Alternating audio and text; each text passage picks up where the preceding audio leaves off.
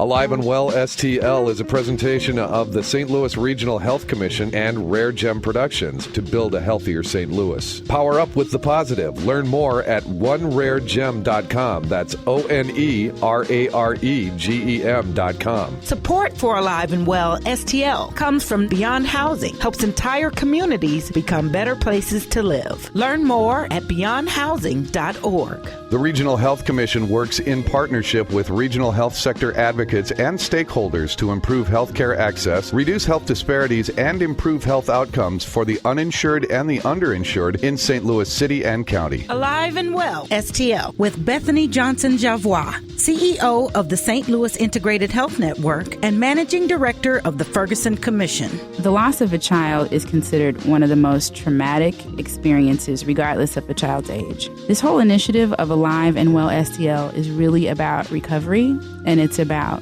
hope and cultivating hope. It's about ensuring that our entire community can play a role in helping people like those who have experienced the loss of an infant overcome the trauma or toxic stress they are enduring. Some of the things that they go through: anger, why did this happen? And then, of course, the overwhelming sadness that they have. And then acceptance, finally accepting, and what do I do with all this energy? How can I make something of this?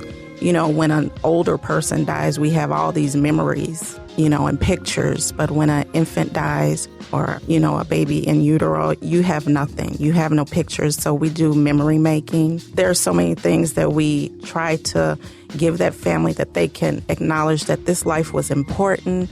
And those memories that may not come, we can provide some part of the memory that they had of carrying that child. We'll be right back. So Debbie and Teresa, would you please create a vision for us of what it means to you to be alive and well? I'll go first. For me, to be alive and well means that you're in a state of optimal health, just not physically, but mentally and spiritually. That's what it means for me.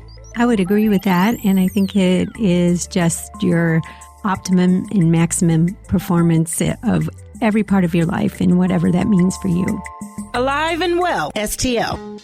Greetings and thank you again for joining us today. I am Bethany Johnson-Javois, host of Alive and Well STL and Managing Director of the Ferguson Commission.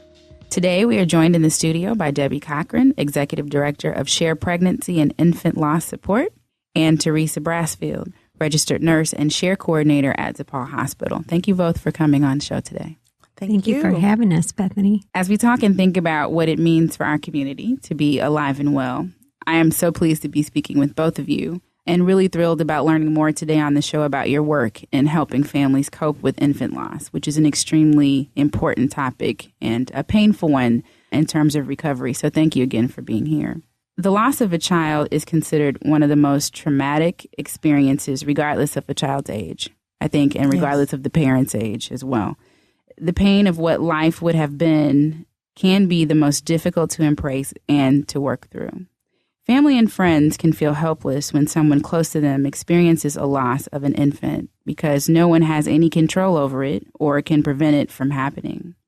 This whole initiative of Alive and Well STL is really about recovery, and it's about hope and cultivating hope.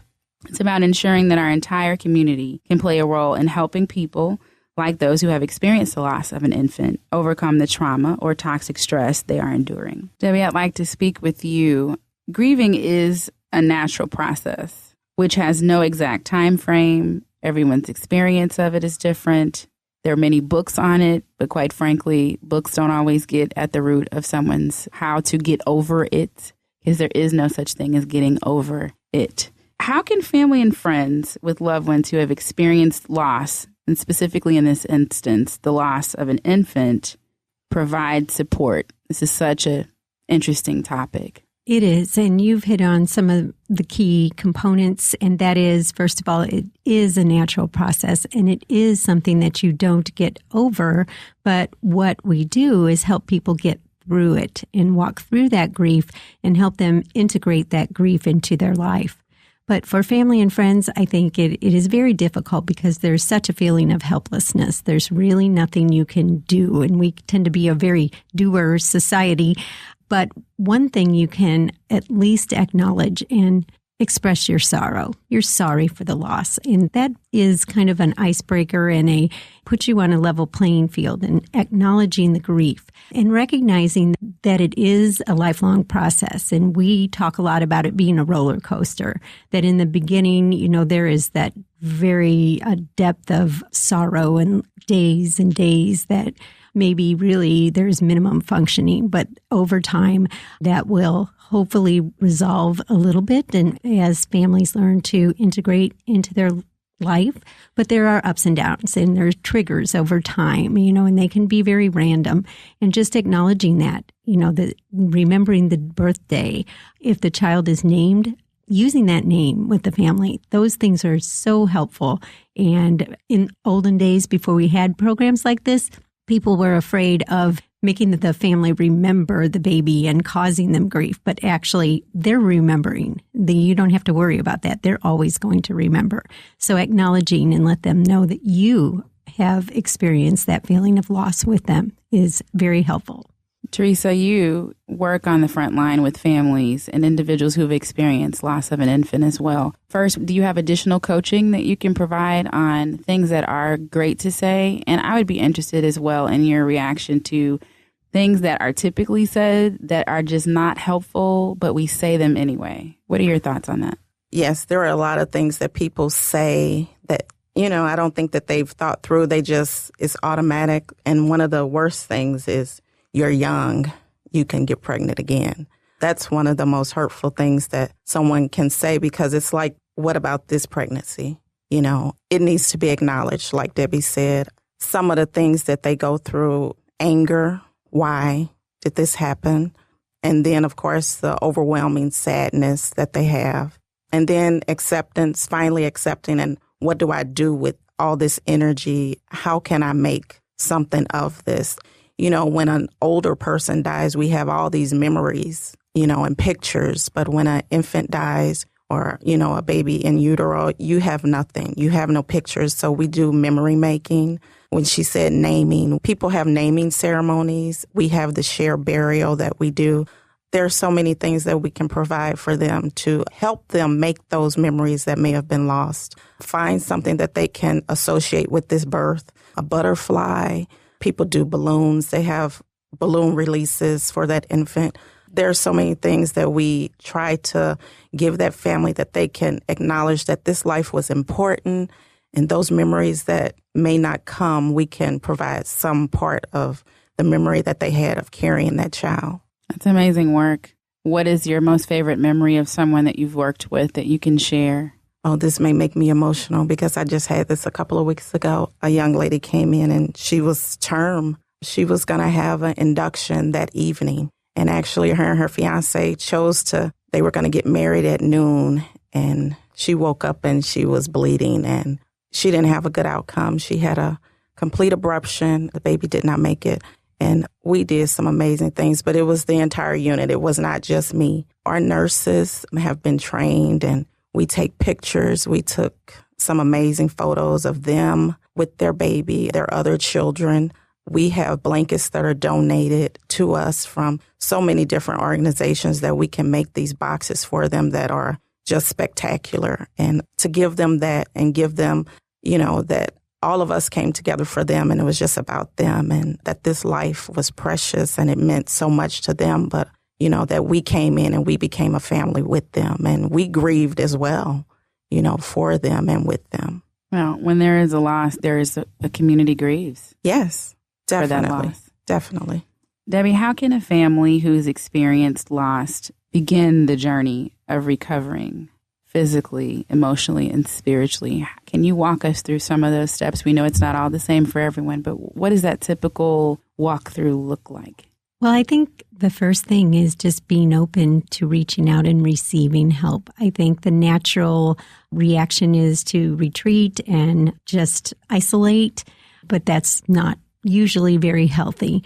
To be able to respond to people when they are asking, how can I help? To engaging. We have support groups. Sometimes it's really difficult to take that step and to enter into a group setting and share your pain, but it can be very healing. So receiving help is a very big step.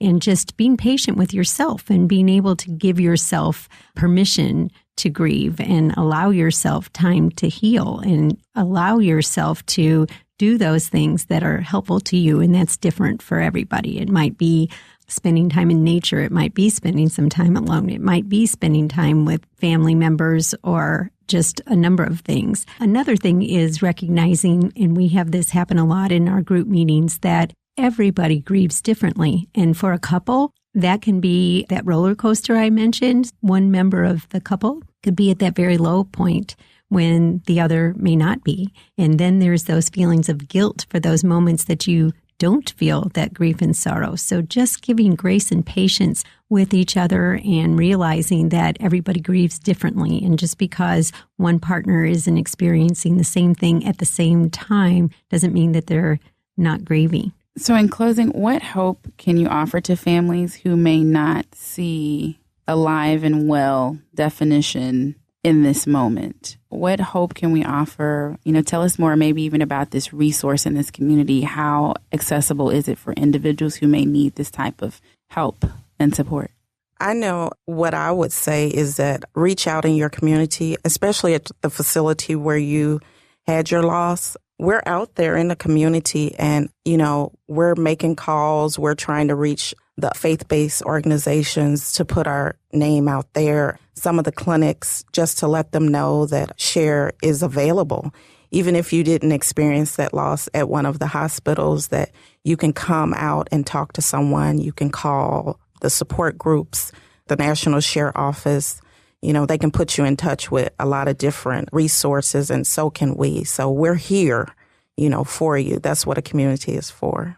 Absolutely. So in closing, is there anything else that you would like to share on this topic for today? Well, I think what Teresa just said in being aware of the resources in the community, one of the things I always like to say that gets attention is that CDC statistics tell us that 1 in 4 pregnancies ends in a loss. So this is something that occurs a lot, but it's still not something that we're very comfortable sharing and talking about.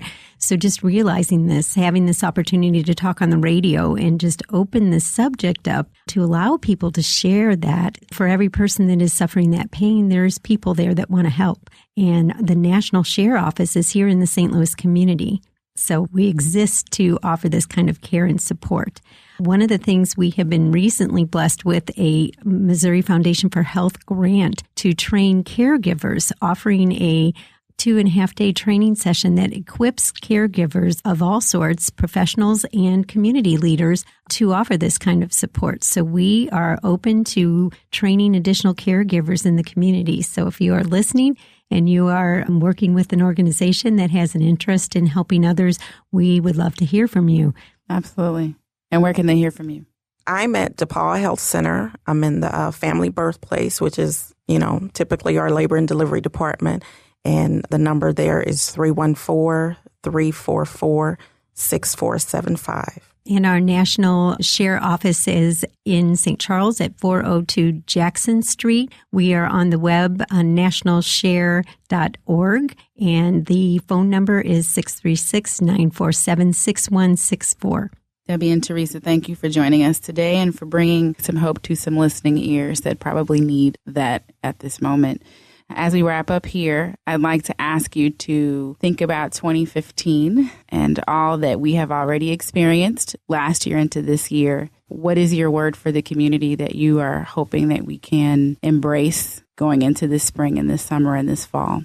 One of the things we like to say at SHARE is that we hope that no one walks through grief and pain alone. And I know there is grief and pain out there for any number of reasons. And we feel very committed to hope and healing and walking through painful situations together. So that would be my word of hope for the community.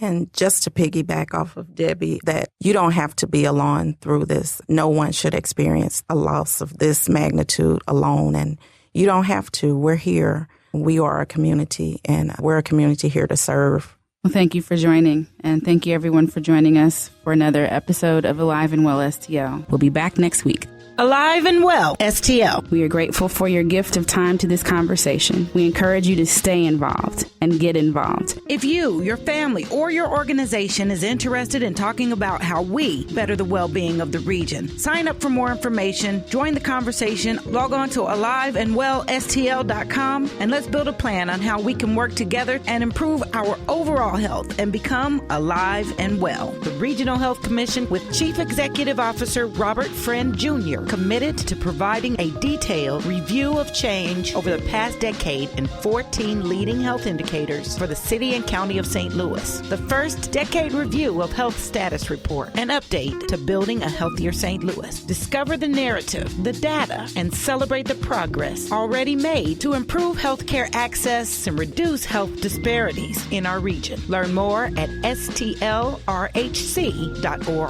Alive and Well STL is another positive production of RareGem Productions. Thanks for listening.